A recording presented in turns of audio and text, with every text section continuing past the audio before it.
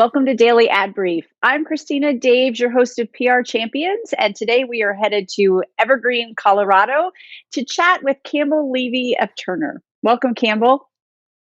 Hi, welcome. Thanks for having me. Hey, yeah, no, I'm super excited. We do a lot of the same stuff, and as I was reading through the stuff for your website, we talk about earned media, which means you don't pay for it. And one of the things you said on your website is there's this amazing resource where you can find potential news stories that we all have access to, which is Google News. So let's give people some tips on how they can make themselves newsworthy just by using this resource we have right here on our computers. Yeah, I hear a lot from people that PR is expensive and sometimes price prohibitive for some people. And if you're just getting going, I don't think that means that you should just decide you're not going to do any PR. And a lot of time when people ask me, where should I start? I think Google News search is a natural place to start.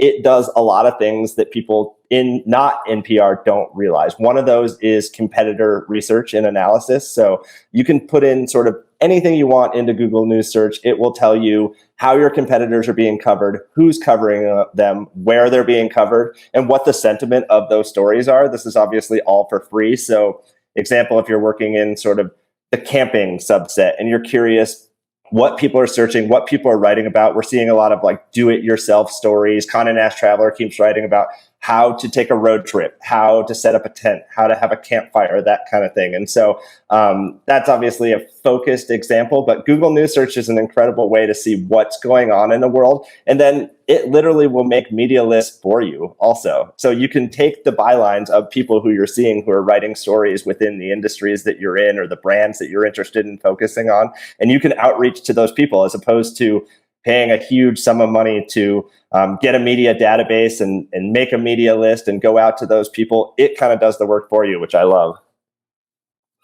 Oh, and it's funny because this is exactly what I work with my clients on too.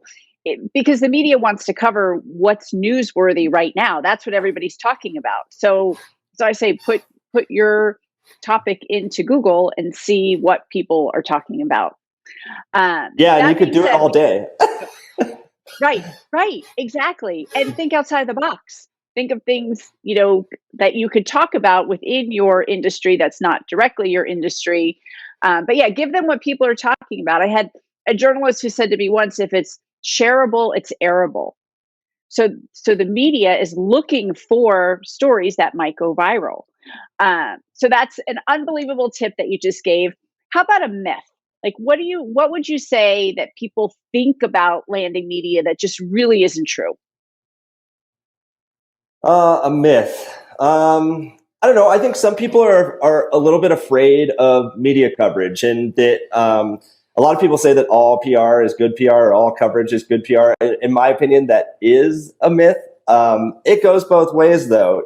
I think some stories are certainly harmful, and you have to be careful about the sentiment around those stories. And the way that things get shared today is interesting. Some things go viral fast and get shared a lot. And then on the other hand, the news cycle is moving so quickly these days that, we're typically on to something new very quickly. Pre-pandemic, we had to be very careful about like executives giving quotes and predictions for the future because you could get skewered if you were a little bit off. I think now news moves so fast that if you're a little bit off, nobody really cares because nobody really knows what's happening in media and news from 1 hour, day, week to the next. It's funny, I go on vacation for like a week. I feel like I get back and the entire media world has changed on its head. Right. And you bring up an excellent point. So when your clients do get media, and I have my clients who say the same thing. Well, I didn't get business right away from it. You need to be your own megaphone. So how do you advise your clients when they do land in the media? What should they do?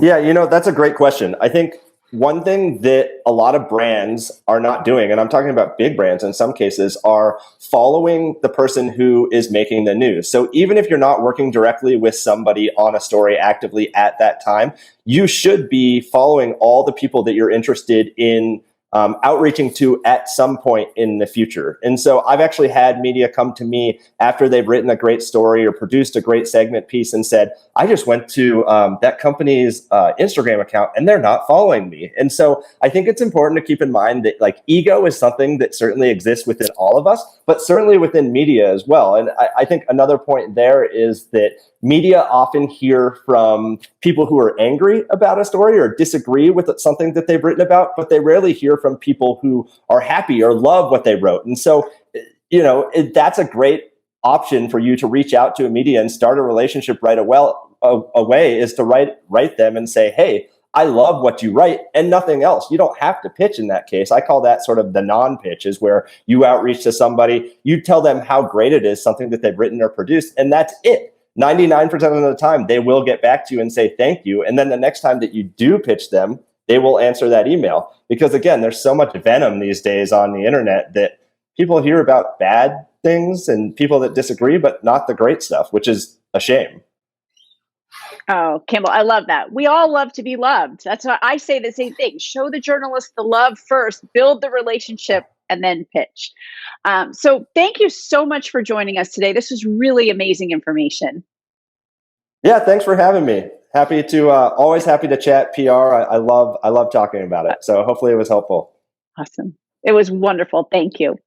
To learn more about Campbell and Turner, head over to Daily Ad Brief. I'm Christina Daves, your host of PR Champions, and I'll see you next time.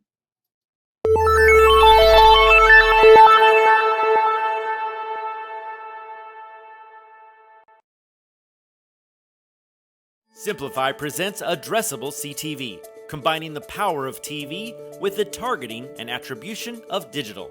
Simplify's Addressable CTV delivers massive reach with the ability to scale without sacrificing precision.